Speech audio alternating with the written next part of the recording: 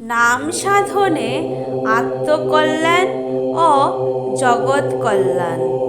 সর্বদা নামে মন লাগাইয়া রাখিবে, তাহাতে নিজের অপার আনন্দ আস্বাদনের সাথে সাথে নিখিল ভুবনের প্রতিটি জীব কল্যাণ লাভ করিবে।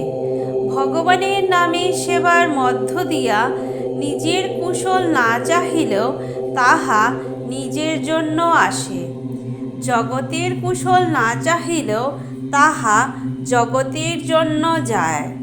সর্বজীবের কুশল সম্পাদনের এমন অমোঘ সদুপায় আর কিছু নাই। এই জন্যই আমি তোমাদের নির্দেশ দিয়াছি, আগে তুমি নিজেকে সর্বজীবের কুশলকারী বলিয়া সংকল্প করিয়া লও। তাহার পরে নিরহংকার চিত্তে, নিরভিলাষ মনে, দ্বিধা দ্বন্দ্বহীন প্রাণে যতক্ষণ প্রাণ চাহে ততক্ষণ নাম জপিয়া যাও। নামের সেবার মধ্য দিয়া তোমার সুপ্ত শক্তিসমূহ জাগিয়া উঠুক, জগতে সুপ্ত চেতনার অরুণোদয় হোক।